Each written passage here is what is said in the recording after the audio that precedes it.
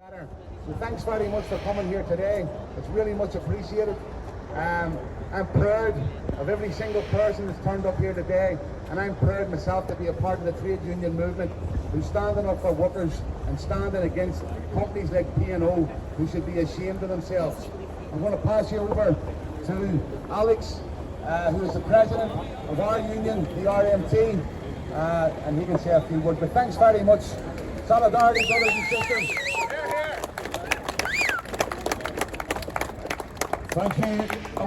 I want to just thank Danny McQuaid in the Belfast shipping branch, the RMT, first of all, for having the strength to come to stand up to these bullies behind you. We are, as a union, incredibly proud of our maritime tradition and our maritime members, and the ferry section of the RMT is one of the most vibrant sections of our union. We have members working in the ferry industries in Scotland, connecting all of the islands around the Hebrides, the Shetlands, the Orkneys, to France, right across to Rotterdam and Belgium, and of course to the island of Ireland. And I want to just say a big thank you to all of the RMT maritime members, especially from the Belfast shipping branch here, for flying the banner and standing up to these bullies. I'm just going to say a couple of words about the dispute that this company has called with their workforce, because I want to make one thing clear. We're not involved in a strike here. This is a lockout. I want to just tell you a couple of things about what the union, the RMT, and our sister union, Nautilus, the union that represents the ship's masters, has been doing over the last week, and what we're going to be doing later today and in the next few days. Since the announcement on St. Patrick's Day that 800 P&O workers were being made redundant at a moment's notice via a Microsoft Teams call, pre-recorded, our members have gone from a state of shock into anger and into action. And we've had mass demonstrations at port cities all around Britain and also here in Larne. Tomorrow we will have a day of coordinated demonstrations in Liverpool, in Dover, in Hull, and there are thousands of trade unionists who will be turning out on those demonstrations. And the reason they're turning out is not out of pity, it's not out of sympathy, it's because what's happened to these workers, what P&O have done to these workers, can happen to any worker in any workplace in this country, in Northern Ireland, in England, in Wales, in Scotland, because the employment laws in this country are so weak, and the government in this country is prepared to turn a blind eye to brazen illegality by employers when it comes to attacking their workforce, cutting wages, and engaging in fire and rehire. And if any of you haven't seen the Parliamentary Channel report yesterday on the Transport Select Committee inquiry into the P&O sackings, I can highly recommend it. It's one of the most coruscating inquiries that you've ever seen. It goes from interviewing lawyers, academic lawyers, about the reality of workers' rights, or the lack of workers' rights, the absence of workers' rights in the maritime sector. It interviews the trade union leaders of my union and Nautilus International.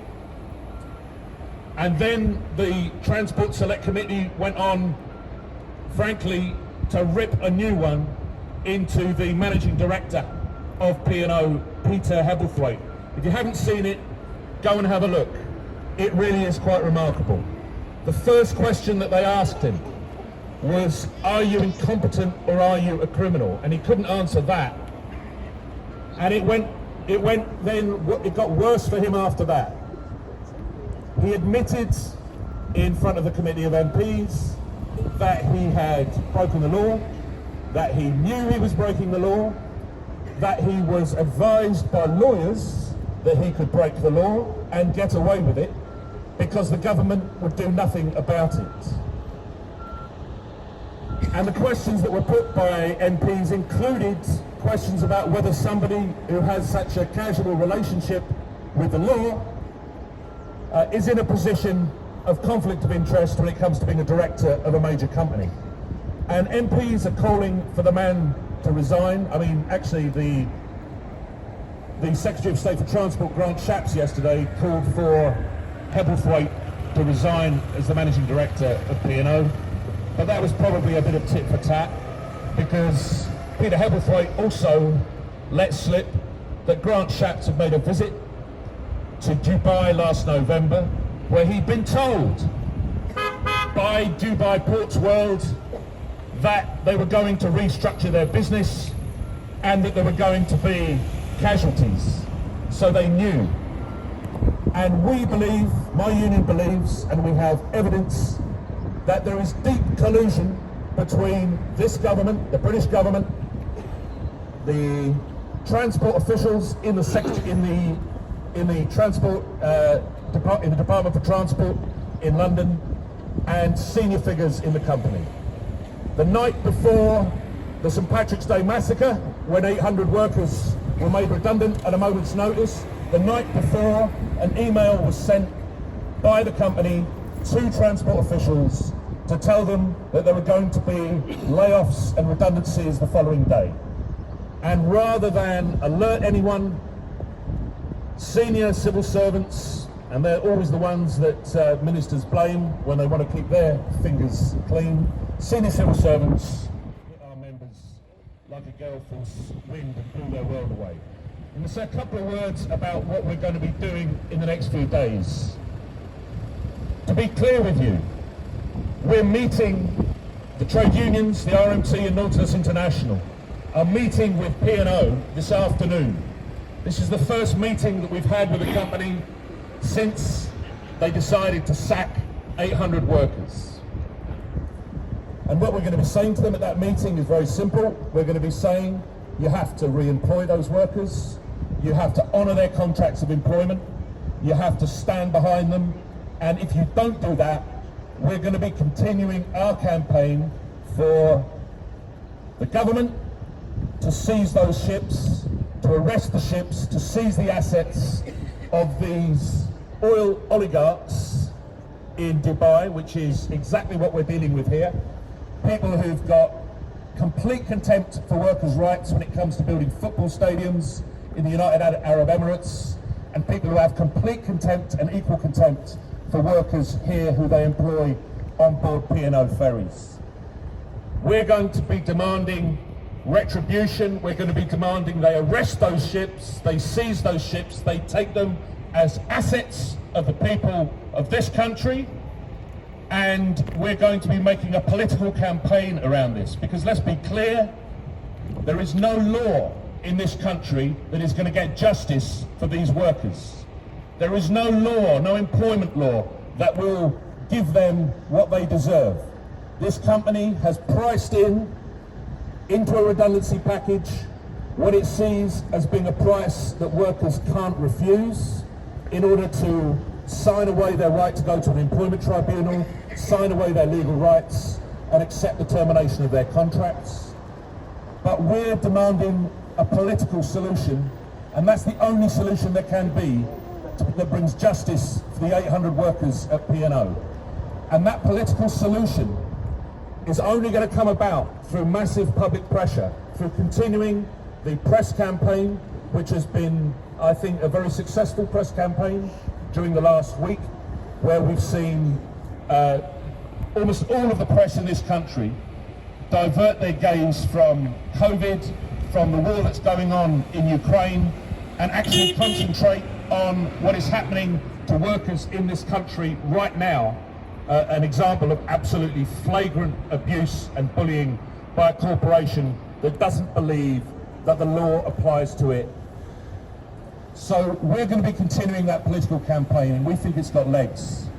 I'll just remind you that from a perspective of Britain, this government believes that it can present itself as a champion of the working class. It puts itself forward, a Tory government, as being a government that was populist, that was elected by workers, that aims to elect Tory MPs in working class constituencies. And what we've seen in the last 7 days is that this is a government which is a friend of Dubai Port's world, that doesn't lift a finger to defend working class people whose jobs are being massacred under their feet.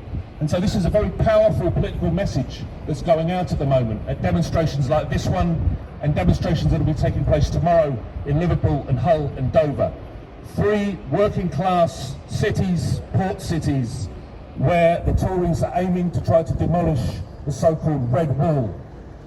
We're saying very clearly, these Tories can't be trusted, and we need to put pressure on them now to enact legislation that prevents fire and rehire. Thank you. I'll say a couple of other things just very briefly before I hand over to Owen Reedy, the Assistant General Secretary of the Irish Confederation of Trade Unions. And I want to just say a couple of things about what this company, P&O, are doing in terms of public safety.